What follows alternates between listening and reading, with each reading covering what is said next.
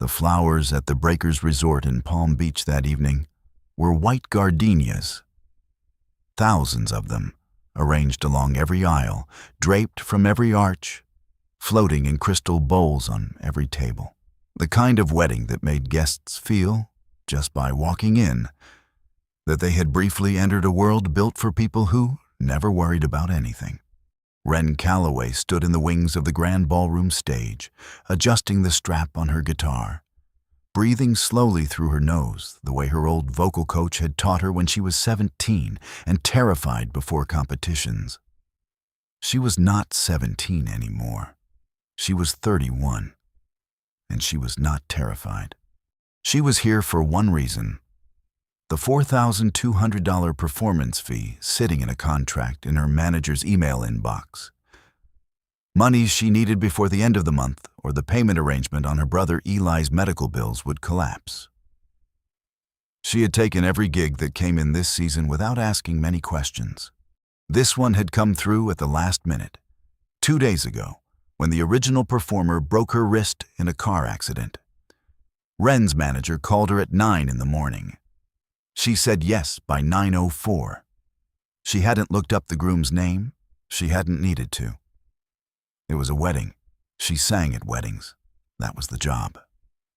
The doors at the far end of the ballroom opened. 400 guests rose to their feet. The wedding coordinator touched Wren's shoulder. "You're on in 90 seconds. First song is, you have it?" "I have it," Wren said.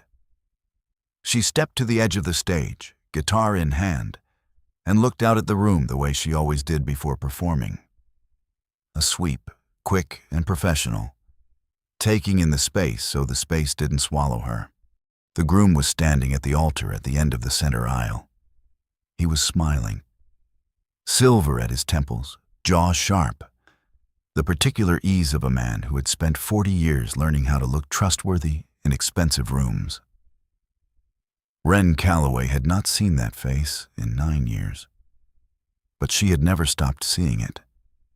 Her guitar pick hit the stage floor. She didn't hear it land. The coordinator said something in her ear. Wren's hands were not responding. The ballroom was spinning very slowly at the edges, the gardenias and the chandeliers, and the 400 standing guests all blurring into a single white roar.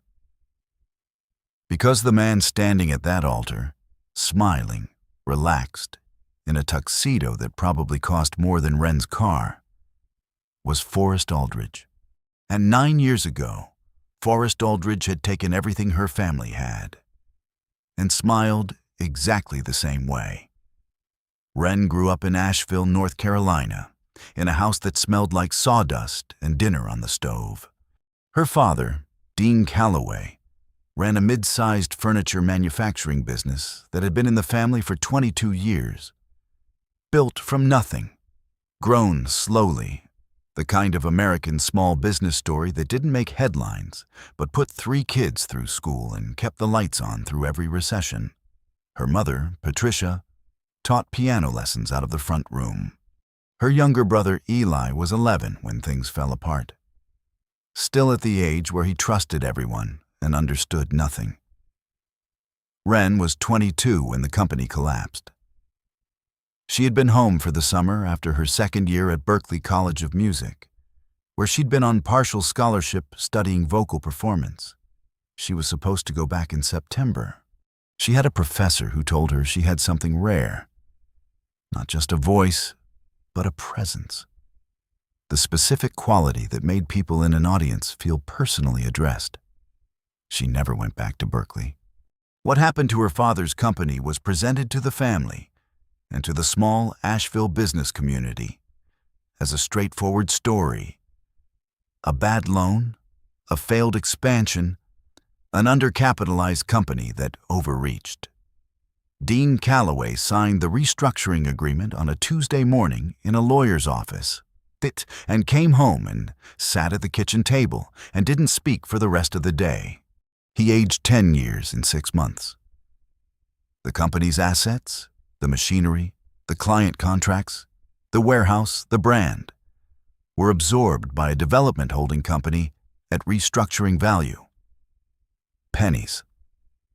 The holding company flipped the client contracts to a national manufacturer within 8 months and reportedly cleared a profit in the mid-7 figures.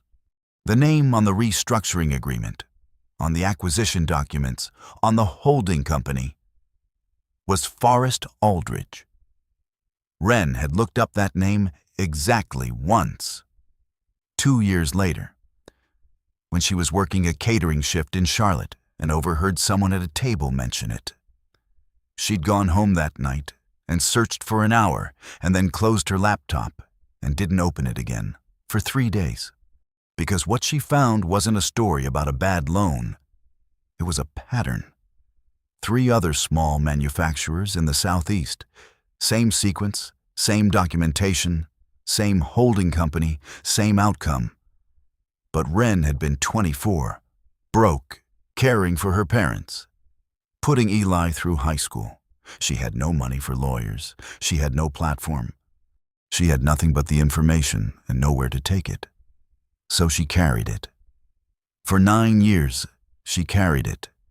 And now it was standing at an altar in Palm Beach, surrounded by white gardenias, smiling. The summer Wren was 22. She had come home from Boston with a duffel bag and a folder of sheet music and a specific plan for her life that she kept mostly to herself because plans, in her experience, didn't survive being spoken out loud before they were ready. The plan was 2 more years at Berkeley, then New York, then the kind of slow, honest career she'd been building toward since her mother first sat her down at the piano bench at age 5. She remembered the morning clearly. The way you remember the last ordinary morning before the one that changes everything. She was eating cereal at the kitchen table when her father came downstairs in his work clothes at 6:30 and sat down across from her instead of leaving, which was the first thing that told her something was wrong. "I need to tell you something," he said, "before I go in today." He laid it out plainly, because that was who Dean Calloway was. A man who didn't perform pain, who told hard things directly and trusted the people he loved to absorb them. The company had taken on a loan the previous year to fund a new product line. The terms had seemed fair. The interest structure turned out to be different from what had been represented. The modification agreements he'd signed in good faith had contained clauses that the restructuring attorney, recommended by the loan broker, had not flagged. He didn't use the word betrayal, but Wren heard it. "How bad?" she asked. He told her. She put her spoon down. "Okay," she said. "What do we do?" That was the part she thought about most in the years after. Not the grief or the rage, both of which came later, in private, but the immediate pivot to we, the automatic collapse of the boundary between her future and her family's present. She didn't think about Berkeley that morning. She thought about whether the house payment was current and whether her mother's health insurance was tied to the business policy. Eli came downstairs at 7, 14 years old, backpack on, asking if anyone had seen his soccer cleats. Their father ruffled his hair and told him to check the mudroom. And for 6 more weeks, while the paperwork was being finalized and the assets were being transferred and Forrest Aldridge's holding company was processing the acquisition, the family moved through their ordinary days like people who didn't yet know the ground had already shifted beneath them. Wren deferred her Berkeley enrollment in August. She never re-enrolled. 90 seconds had passed. The wedding coordinator was saying her name.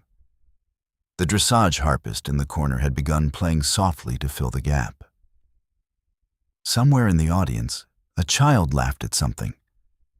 Wren picked up the guitar pick from the floor. She straightened. She breathed. And she made a decision in the span of about 4 seconds that she would spend a long time afterward trying to understand.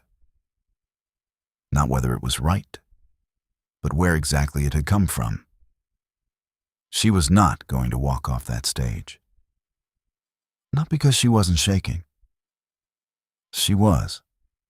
Not because it didn't feel like the floor of her chest had dropped out. It did. But because she had spent 9 years carrying something that had no witness.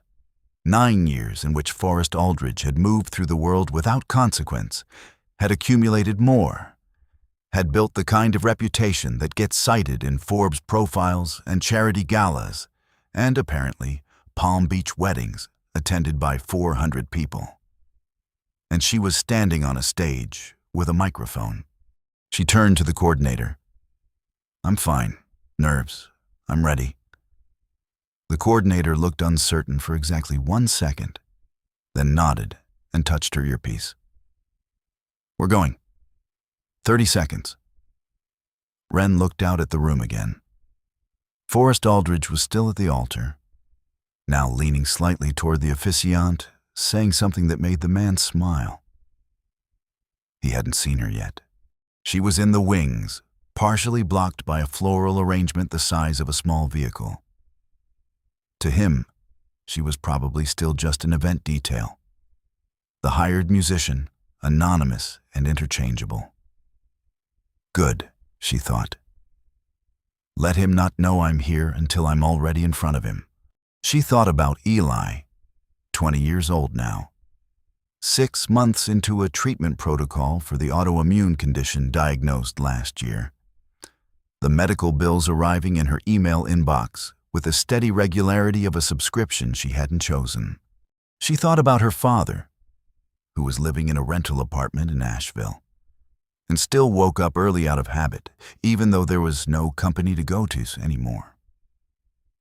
She thought about the name on those restructuring documents. Then she stepped onto the stage, into the light, in front of 400 people, and began to play. And across the ballroom, Forrest Aldridge looked up. His smile didn't waver, but his eyes went very, very still. She made it through the first 2 songs. Not perfectly. Anyone who knew music would have heard the slight tension in her phrasing, the places where her voice pulled back half a shade from where it should have opened. But the audience wasn't listening for flaws. They were watching the room, greeting each other, admiring the flowers, the way people do at events where the music is beautiful furniture. Wren played through the ceremony prelude on autopilot, her hands and voice doing the work they had done 100 times before, while the part of her brain that was not performing was running a cold, quiet calculation. 9 years. No statute of limitations on civil fraud in Florida if the discovery was recent. She had documentation. She kept copies of everything, not because she'd had a plan, but because her father had put the folder in her hands the year before he moved and said, "You hold on to this, Wren," and she had.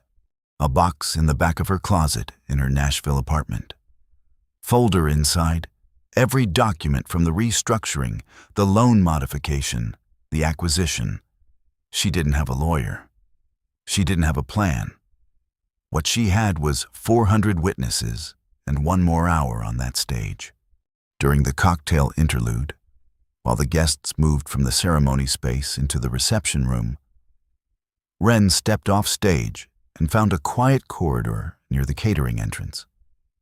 She pressed her back against the cool wall and let herself shake for 60 seconds. Just 60, she counted, and then pulled out her phone. "Excuse me." The voice was calm and came from her left. She turned. A man was standing in the corridor. Not a server, not a coordinator, dressed in dark slacks and a linen jacket, a camera bag over one shoulder, the kind of professional camera that cost more than rent. He was looking at her with the specific expression of someone who has just connected 2 pieces of information they didn't expect to be connected. "You're Dean Calloway's daughter," he said. Wren went still. "Who are you?" "My name is Jasper Holt." He paused. "I was an investigative journalist for 11 years before I went freelance." I covered business fraud in the Southeast Corridor for the Atlanta Journal-Constitution from 2012 to 2019. Another pause. I wrote a piece on the Aldridge restructuring pattern in 2016.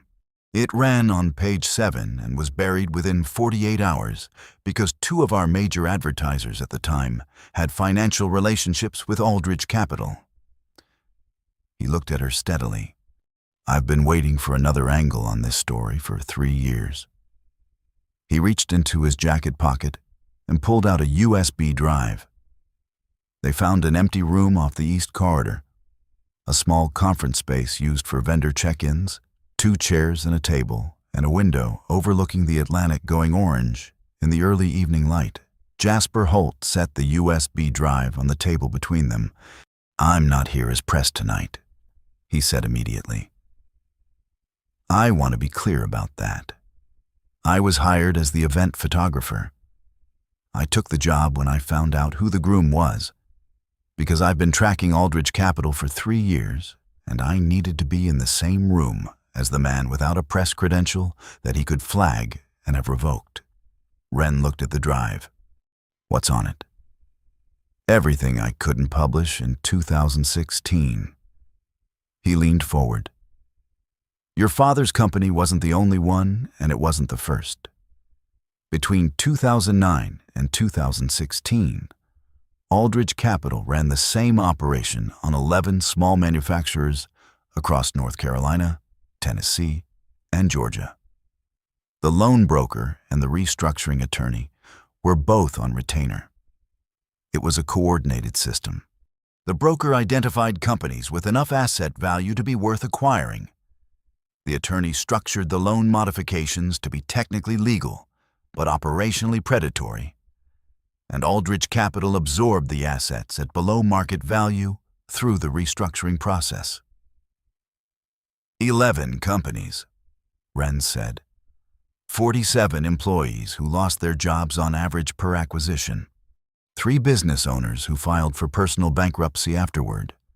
1 who died of a heart attack 8 months after the restructuring. Jasper's voice was level, not cold, just precise. The voice of someone who had spent years learning to carry information without letting it destroy him. "Your father was number 7.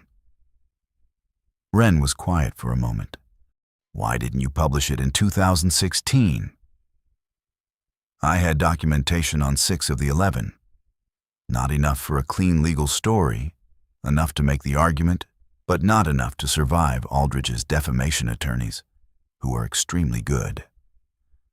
I needed a 7th company's records to complete the pattern."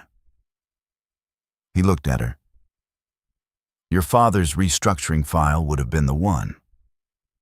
I tried to contact him in 2016.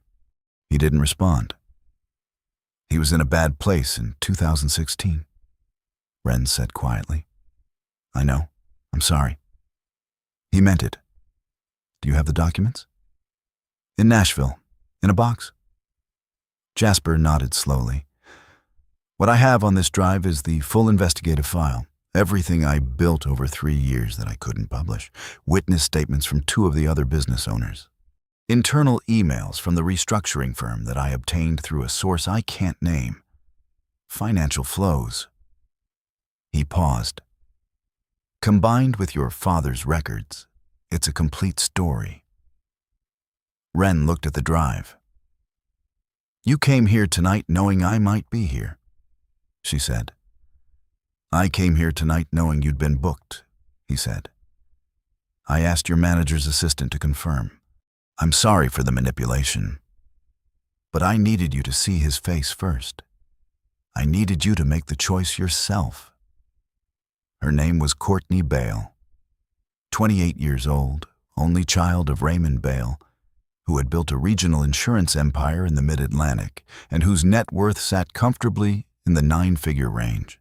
She was tall, blonde, and had the kind of composed public face that came from a childhood spent at events exactly like this one, surrounded by people who were performing ease.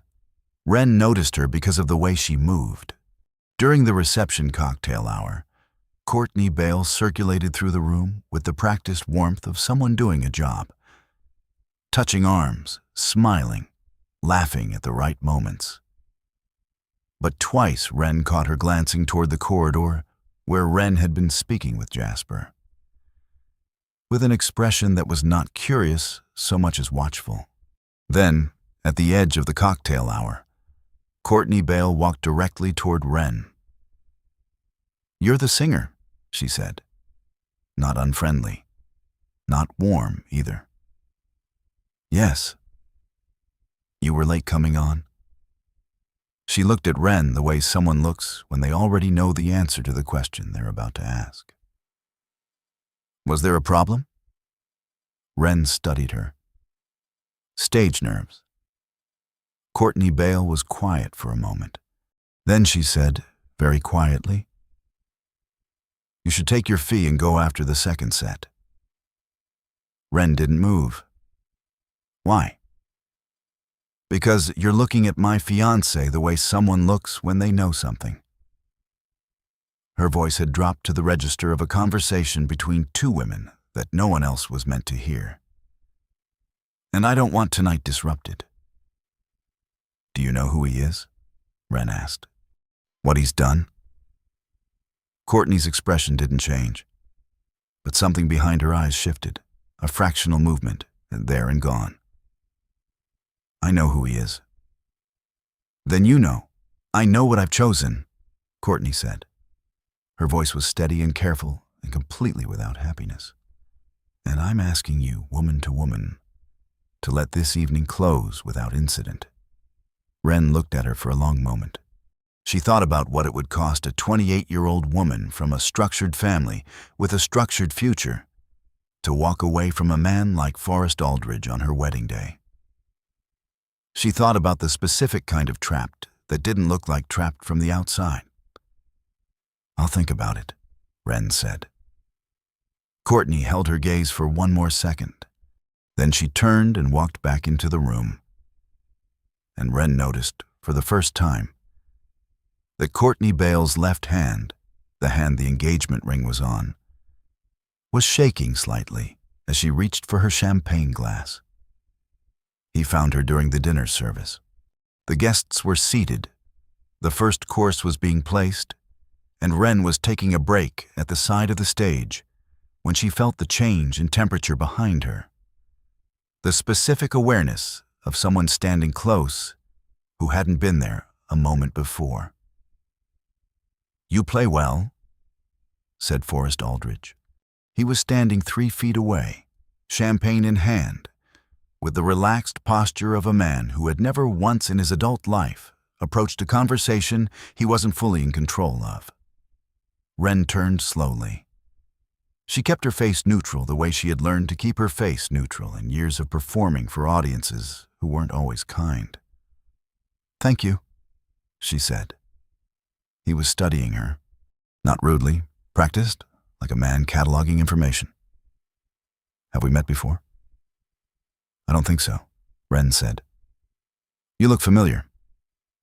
His brow furrowed slightly. "Where are you based?" "Nashville." He tilted his head. "I don't spend much time in Nashville."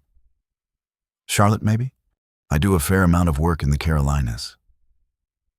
The word Carolinas landed in her chest like a stone dropped into still water. "I grew up in Asheville," she said. The truth, simply stated. A small stone rolled into the space between them. Something moved across his face. Not recognition, not yet. More like the faint activation of a proximity sensor, a system quietly checking something it wasn't sure it needed to check. "Asheville," he repeated.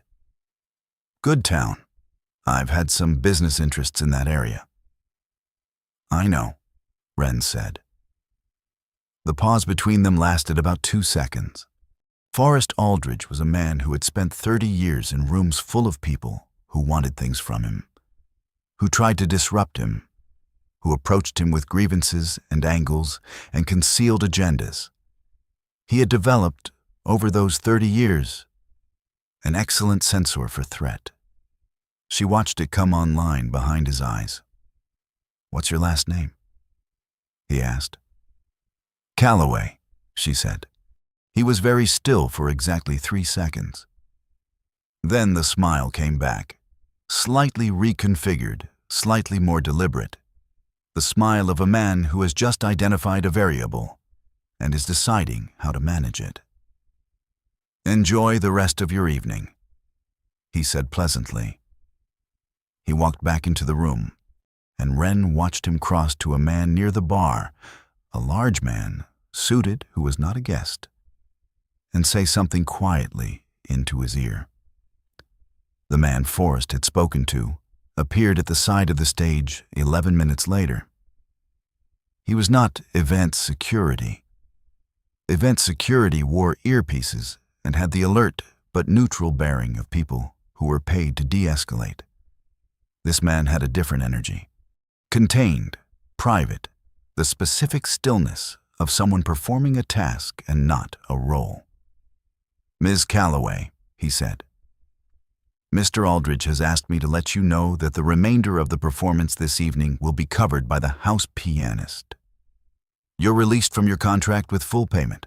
A car has been arranged." Wren looked at him. "I have a contract for the full evening." "The contract includes an early release clause at the client's discretion. Full payment applies." "I'd like to speak with the event coordinator." "The event coordinator has been informed." Jasper was visible at the far side of the room, camera raised, moving slowly through the tables in the practiced, unobtrusive drift of a working photographer. He glanced at her once. She held the look for half a second. "I need to collect my things," Wren said. "From backstage." The man nodded. "I'll accompany you." They walked backstage together. The wings were quiet, only a sound technician at his board and 2 servers moving through with trays. Wren crossed to the small table where her guitar case sat, her water bottle, her phone. She picked up the phone. She opened it. She sent a text to a number she had only put in her contacts 45 minutes ago. "He's moving me out. I need 2 minutes." She set the guitar case on its end and began methodically packing, unhurried, deliberate, buying time with calmness. The man stood by the wing entrance, arms loose, watching. Her phone buzzed. She glanced at the screen. "Check your case." "Inner pocket." She paused. She kept her face still. She unzipped the inner pocket of the guitar case, reached inside, and found something she hadn't put there. A folded piece of paper and a small Bluetooth earpiece. She palmed both without turning. The folded paper, unfolded in her lap as she pretended to adjust the guitar neck packing, held 4 lines in a tight, clear handwriting. "Room 114, South Corridor. Your brother is here. He drove down this morning. He's been waiting. You are not alone." Wren stared at those last 4 words for the length of one breath. Then she zipped the case, stood, shouldered the bag, and looked at the man by the entrance. "I'm ready," she said, and she walked out. Not toward the exit he was guiding her toward, but toward the South Corridor, straight and unhurried, before he understood what she was doing.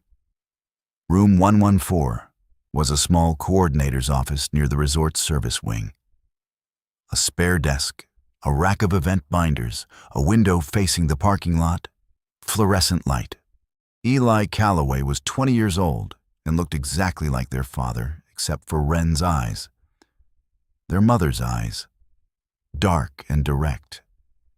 He was sitting in the office chair when she came in, phone in his lap, wearing the cleanest clothes she knew he owned, dark jeans and the button-down she'd given him last Christmas. He stood when she opened the door. They didn't do dramatic things with greetings, the Calloway family. They stood close together for a moment, and that was enough. "How did you get here?" Wren asked. "Jasper Holt called me 4 days ago. Eli said. He found me through Dad. He explained what he was trying to do.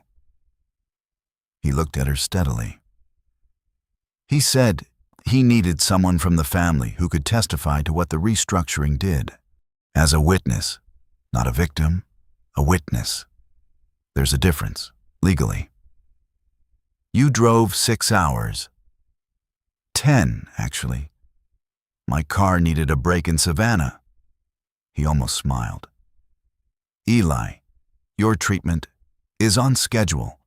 I have 3 weeks before the next infusion. I'm fine, Wren. His voice was gentle but firm, the voice of someone who had made a calculation and completed it, and was not interested in revisiting it.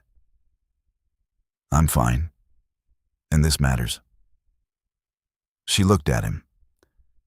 Her brother, who had been 11 years old when their father came to the kitchen table and changed all of their lives, who had grown up watching their parents absorb the aftermath, the smaller apartment, the careful grocery lists, the things that quietly disappeared, who had never once blamed anyone or said this wasn't fair, or made the weight of it anyone else's problem. Dad doesn't know, she asked. Not yet. Wren sat down on the edge of the desk. Jasper says if we go in front of the right people tonight, meaning the right person, Eli said. There's a federal judge at this wedding. Raymond Bale's college roommate, a man named Gerald Whitcomb. He's been a federal judge in the Southern District of Florida for 12 years. Eli paused. Jasper says that's not a coincidence. He says Aldridge has been cultivating that relationship for 5 years, using it as a firewall. Another pause, which means if the information reaches him directly, in a credible form, in a public setting, it can't be suppressed the way the newspaper story was, Wren said. Eli looked at her. There's one more thing, he said. I brought the box. The box was in the trunk of Eli's car, a standard banker's box, reinforced lid, her father's handwriting on the side in black marker. Calloway Business, Restructuring 2015. They stood in the parking lot of the Breakers in the Florida evening, the ocean audible somewhere beyond the palms, and Wren lifted the lid. The documents were exactly as she remembered them. Clean, organized, the way Dean Calloway did everything. Not because he'd been preparing for a legal fight, but because keeping things in order was how he processed things he couldn't control. The loan modification agreements, the restructuring terms, the acquisition documents, the communications between the broker and the restructuring attorney. 8 emails, printed, that Dean Calloway had included without entirely understanding their significance. Emails that, read with 9 years of additional context, were not ambiguous. Wren pulled out the last document in the folder. It was a letter, 1 page, her father's handwriting in the slightly unsteady script that was the only external evidence of how hard the period had been for him. It was addressed to no one specifically. Just a letter written in the months after the acquisition. Private, probably never meant to be sent. She read the first paragraph and stopped. She had not known he'd written this. She folded it carefully and put it in her jacket pocket. Does Jasper know about the emails? She asked Eli. He said they're what he needed. The internal emails he has from the restructuring firm corroborate the brokers on your father's case. It establishes the pattern as coordinated, not coincidental. Eli looked at her. He's been in contact tonight with an attorney in Miami who handles civil fraud cases on contingency. She's at the wedding. Raymond Bale's niece. She was invited independently. He paused. Jasper says Aldridge picked this wedding date and location because it felt safe. Because everyone here is connected to him or connected to his money. He didn't calculate for a musician with a filing box. Wren closed the banker's box. She thought about Forrest Aldridge standing at that altar this afternoon, in his white gardenias, in his expensive room, surrounded by 400 people whose presence was, in some form, a testament to his untouchability. She thought about her father at the kitchen table in the early morning, telling the truth to his daughter with steady hands. "Let's go back in," she said. She walked back into the breakers through the service entrance and went directly to the stage. The house pianist, a young man in his 20s who had been seated at the grand piano with the expression of someone unexpectedly promoted and unsure how to feel about it, looked up when she appeared. She touched his shoulder lightly. "I've got it from here," she said. "Thank you." He looked uncertain. She gave him the specific look of a woman who was not asking. He nodded and stood. The security man appeared at the edge of the stage. She saw him from the corner of her eye. She also saw Jasper, already moving to intercept. Not dramatically, just positioning himself in the man's path in the way that photographers at events legitimately do, asking something, showing him the camera screen, buying her 30 seconds. 30 seconds was enough. Wren sat down at the piano bench instead of picking up her guitar. She had not performed piano in public in 4 years. She had never been as strong on keys as she was on guitar. But what she was about to play didn't require strength. It required only honesty. She looked out at the room. 400 people, mid-dinner. Conversations running at full volume. The clink of glassware. The soft background drift of the evening. Most people weren't watching the stage at all. She began to play. It was a simple melody. 8 bars recurring. Her father had written it on the upright piano in their living room in Asheville when she was 9 years old, the year before she started taking her mother's lessons seriously. He wasn't a musician, Dean Calloway. He couldn't read music. But he had this one song, something he'd worked out by ear over the course of a summer, something he played only occasionally and never explained. She'd learned the melody by watching his hands when he thought she was in the other room. She'd never played it in public in her life. The room, in the way of rooms when something real enters them, went gradually quiet. Tables nearest the stage first, then further out, a wave of silence moving through 400 people as something in the music told them. At a register below thought that what they were hearing was not the scheduled program. Forrest Aldridge, at the head table, looked up. Wren began to sing. Not the first song, not any song on the contracted set list. She sang the words she had written, privately, over 9 years, not as an act, not as performance, just the truth of a family, told in 3 verses and a chorus, in the voice her Berkeley professor had once said could make a room feel personally addressed. The room was completely silent before she reached the second verse. She sang for 6 minutes. She did not name Forrest Aldridge in the first 2 verses. She didn't need to.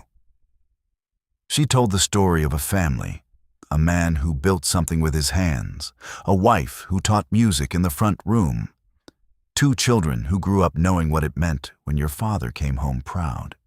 She told the story of a loan and a broker and a restructuring attorney and documents that meant something different than what they'd been told when they meant. She told it in the plain, direct language of a woman who had been carrying it for 9 years and knew every word of it by heart. The room stayed silent. At the head table, Courtney Bale had set down her fork. At the table near the east wall, a man in his 60s, silver hair, a bearing that was judicial rather than social, had placed both hands flat on the tablecloth and was listening with the focused attention of a person who recognized the shape of what they were hearing. Forrest Aldridge was very still. In the third verse, Wren said the name, Not an accusation, just as fact, the way her father had always told hard things. The name of the company, the name on the documents, the acquisition price, the profit the holding company had reported to its investors 8 months later. A murmur moved through the room. She did not stop.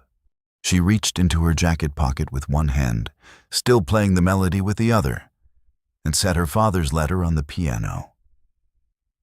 "This is a letter my father wrote in the year after the acquisition," she said, her voice dropping from singing into speaking with no seam between them. He was not a dramatic man. He did not write this for an audience. He wrote it because he needed to say somewhere to someone, even if no one ever read it, that he had tried to do things right, that he had believed the people who told him to trust them, and that his only regret was not protecting his family better. She paused. He did protect his family. He just didn't know it yet.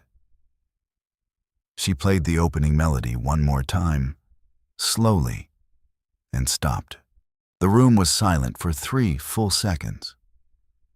Then the man at the east table, Judge Gerald Whitcomb, 12 years on the federal bench in the Southern District of Florida, pushed back his chair and stood up. He did not speak yet. He simply stood, and in the specific vocabulary of rooms full of people who understand power, the act of that man standing up, slowly, deliberately, in silence, communicated something to every other person present before a word was said. Forrest Aldridge's face had gone the color of the white gardenias. What happened next did not happen the way things happen in movies. There was no dramatic speech, no confrontation across a ballroom with everyone watching. What happened was quieter, and in its quietness, more absolute. Judge Whitcomb walked to the stage. He was not a large man, but he moved with the particular economy of people who have spent decades being the most consequential person in every room they entered. He stopped at the foot of the stage and looked up at Wren. "Your father's name is Dean Calloway," he said. "Yes, sir." "The Asheville restructuring, 2015. "Yes." He was quiet for a moment. "I received a document packet this evening," he said, not to Wren, but to himself, quietly working through something. "My assistant flagged it as an anonymous submission to my private judicial inbox. I reviewed it during cocktail hour.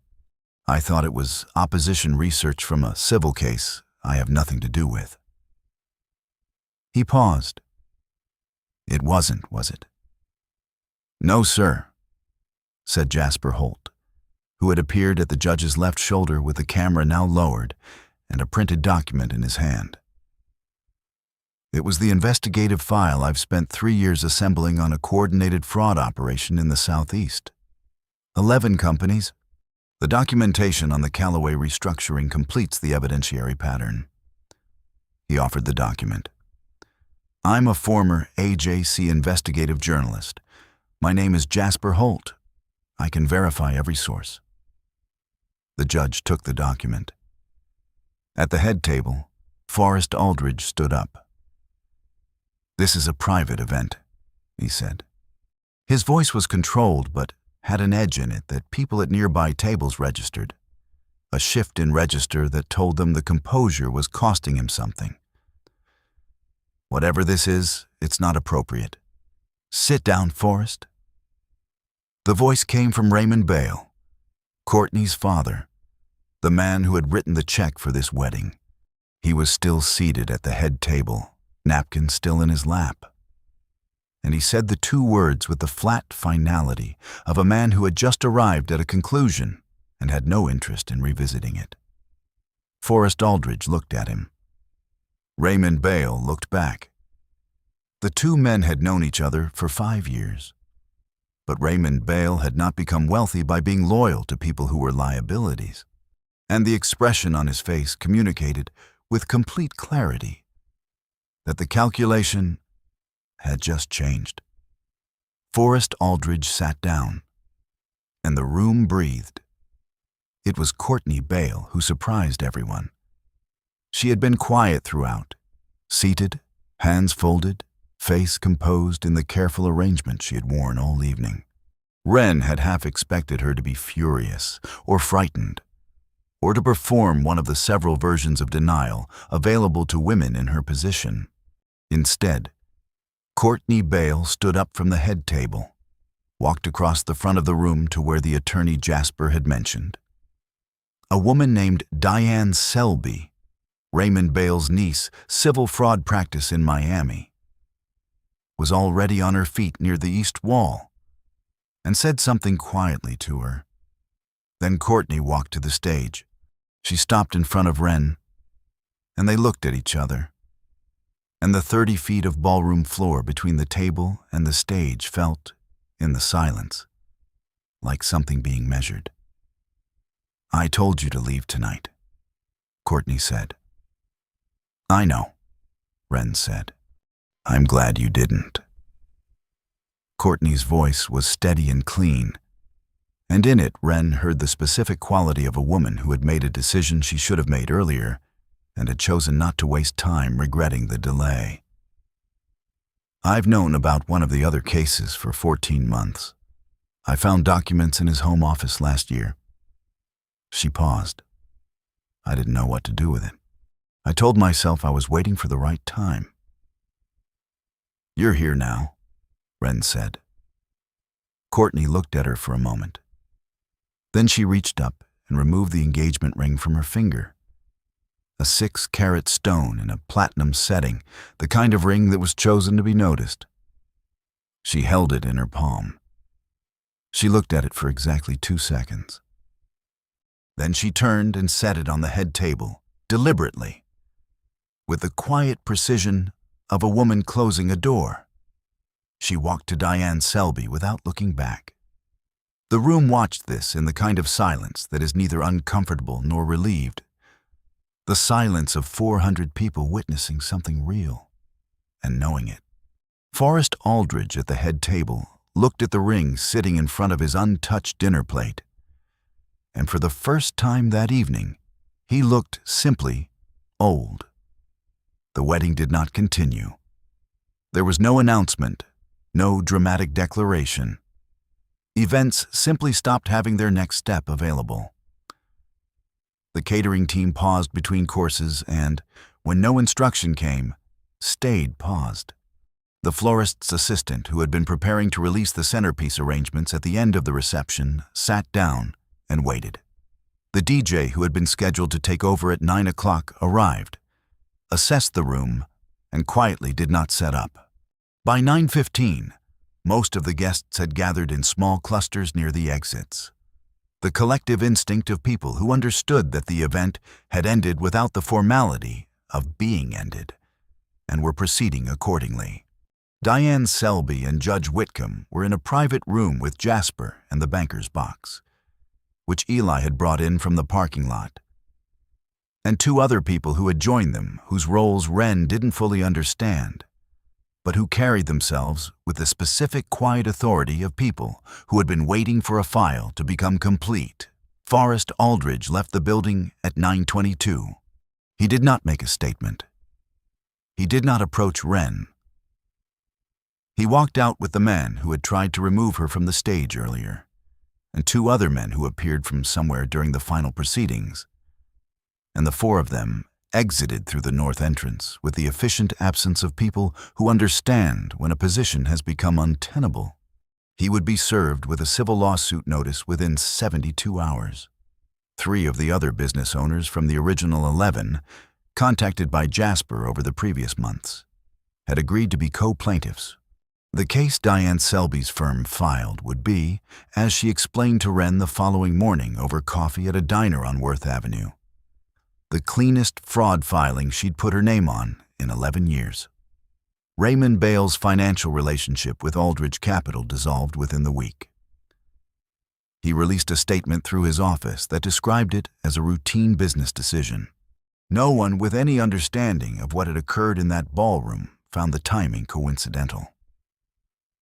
Eli called their father at 10 o'clock that night from the parking lot of the Breakers. Wren stood beside him, close enough to hear both sides of the conversation.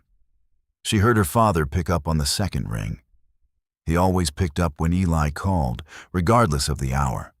Eli told him simply and completely, in the same direct way Dean Calloway had taught his children to tell things.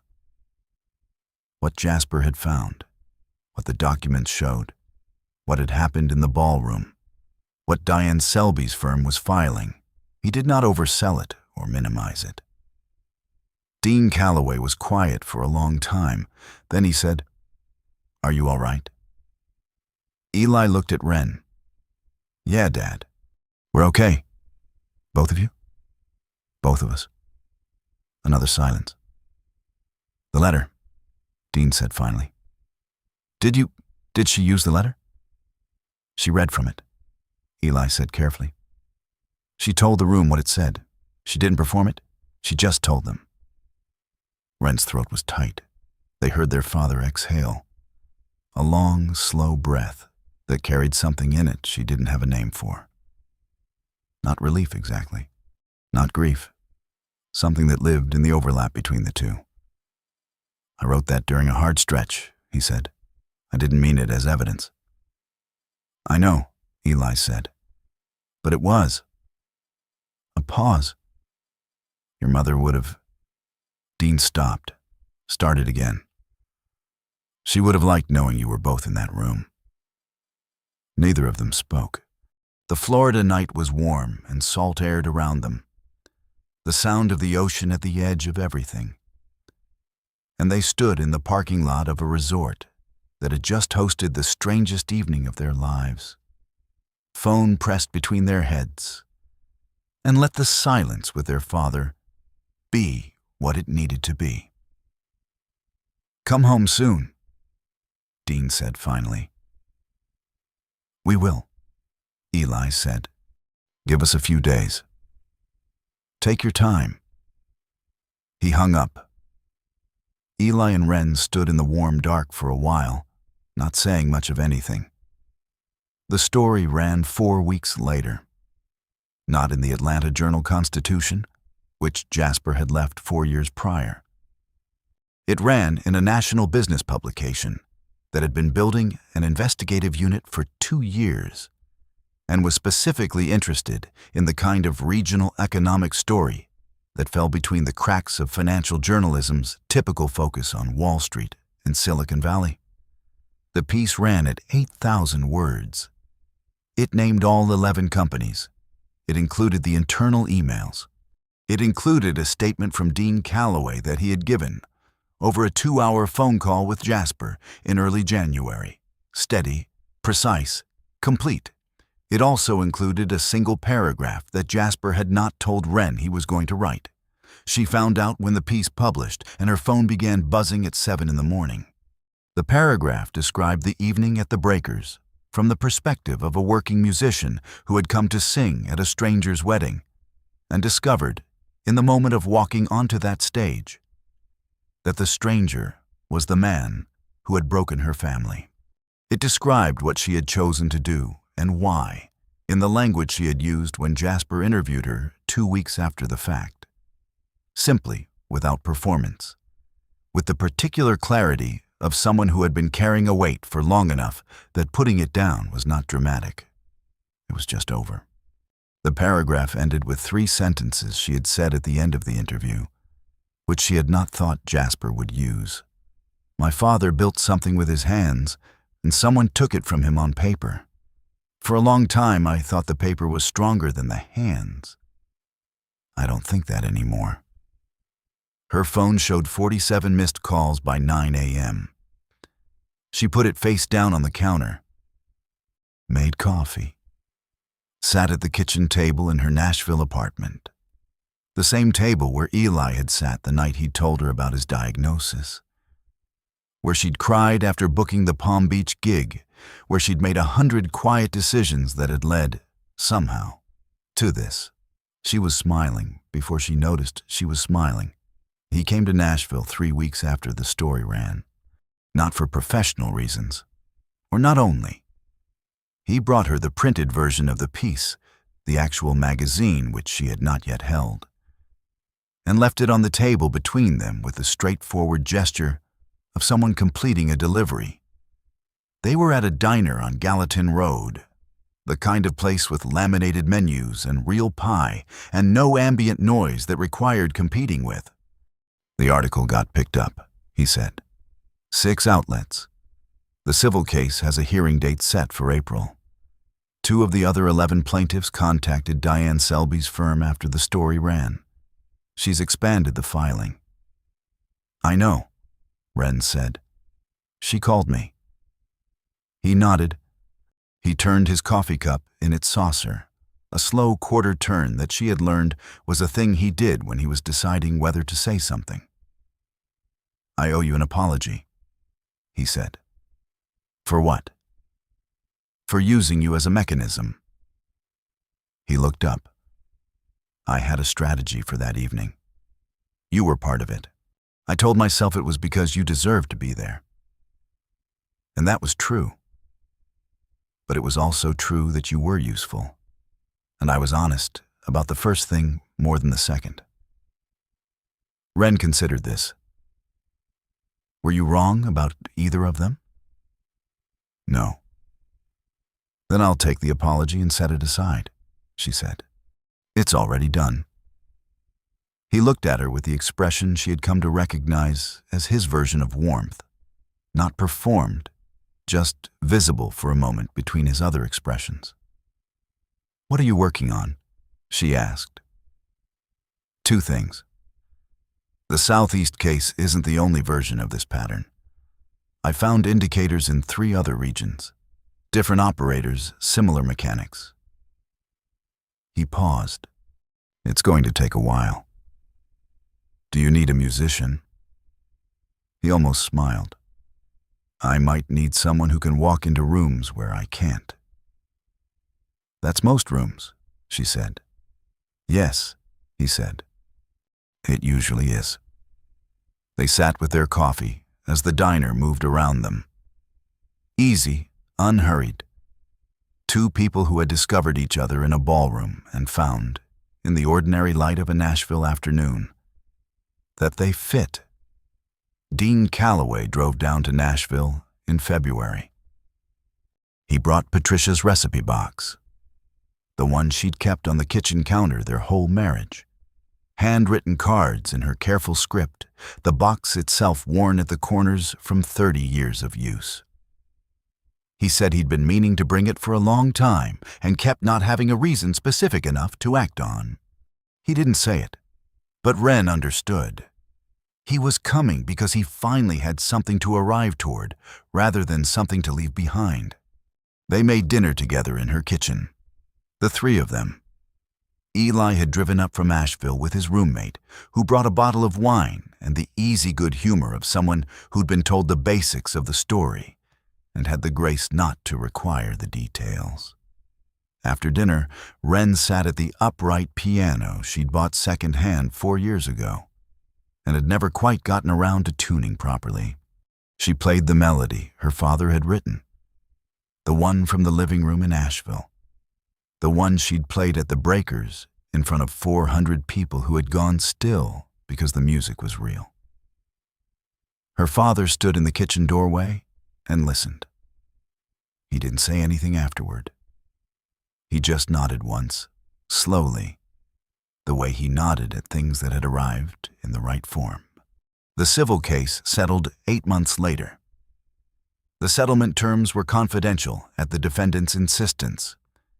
Diane Selby told Wren, privately, that the figure was significant enough to address the documented losses across all 11 companies, with room remaining. Dean Calloway received a check that he did not expect to live to see. He called Wren the morning it arrived and said simply, "Your mother would have liked the ending." Jasper came back to Nashville in the spring. He stayed longer than either of them had planned. He brought his investigative files and his camera and the particular quality of attention that Wren had first noticed in a service corridor at the Breakers. The specific way some people listen that makes you feel like the truth is safe with them. There was no grand proposal, No engineered moment. Just two people deciding, over ordinary time, that what they had found was worth building on. She still played weddings, but she chose them more carefully. And she always knew the groom's name before she walked onto the stage. There's a kind of justice that doesn't arrive in time to prevent the damage. It arrives later, after the damage has already become part of who you are, and what it gives you is not your old life back. It gives you a clear record. The truth set down where it can be seen. And sometimes, if you're willing to carry the story long enough and find your way to the right room at the right time, that's enough. That's more than enough. The people who took things from you count on you staying quiet. They count on the weight of the years. They count on you convincing yourself that the moment has passed. It hasn't passed. It never passes. It's just waiting for you to pick up the microphone. Thank you for watching. If this story stayed with you, leave us a comment. We want to know where you're watching from. Hit like, share it with someone who needs to hear it, and subscribe so you don't miss what's coming next. We'll see you there. And just like that, the story is over. Hey, if you're still here with us right now, at this exact moment, I just want to stop and say something honest to you. You didn't stay this long by accident. Something in Wren's story touched you. Maybe it was the image of a woman standing on a stage, shaking on the inside, but not moving. Maybe it was a father who built something with his hands and had it taken with a pen. Or maybe it was just the idea that the truth you've been carrying, quietly, alone, for longer than it should have taken, still matters. It hasn't expired. It's still yours. The Stoics called it amor fati. Love your fate, even the painful parts, because those parts are the exact thing that carves you into who you're meant to be. Marcus Aurelius wrote, "The impediment to action advances action. What stands in the way becomes the way." Wren didn't fight Forrest with rage. She fought him with the one thing he never accounted for: her voice, her truth, and the patience to wait for the right room. You don't need a ballroom. You don't need 400 witnesses. You just need to stop explaining yourself to people who have already decided not to see you, and start walking toward the ones who will. If this story meant something to you tonight, hit that like button. Share it with someone who needs to hear it right now. And subscribe so you never miss what we put out next. We read every comment. We genuinely want to know where you're watching from. We'll see you in the next one. Before you go, here's an important note. This story is a work of fiction created entirely for entertainment, emotional storytelling, and personal reflection. All characters in this video, including Wren Calloway, Forrest Aldridge, Jasper Holt, Eli Calloway, Dean Calloway, Courtney Bale, Raymond Bale, Diane Selby, and Judge Gerald Whitcomb, are completely fictional and do not represent any real individuals, living or deceased. All events, companies, legal proceedings, locations, and situations depicted are products of creative storytelling. Any resemblance to real people, real businesses, or actual events is entirely coincidental and unintentional. This content is not intended to present factual claims, legal accusations, or allegations against any real person or organization. The themes explored, including business fraud, family loss, personal resilience, and healing, are dramatized narratives designed to inspire reflection and meaningful conversation. This channel is committed to original, responsible storytelling. Thank you for watching with an open heart.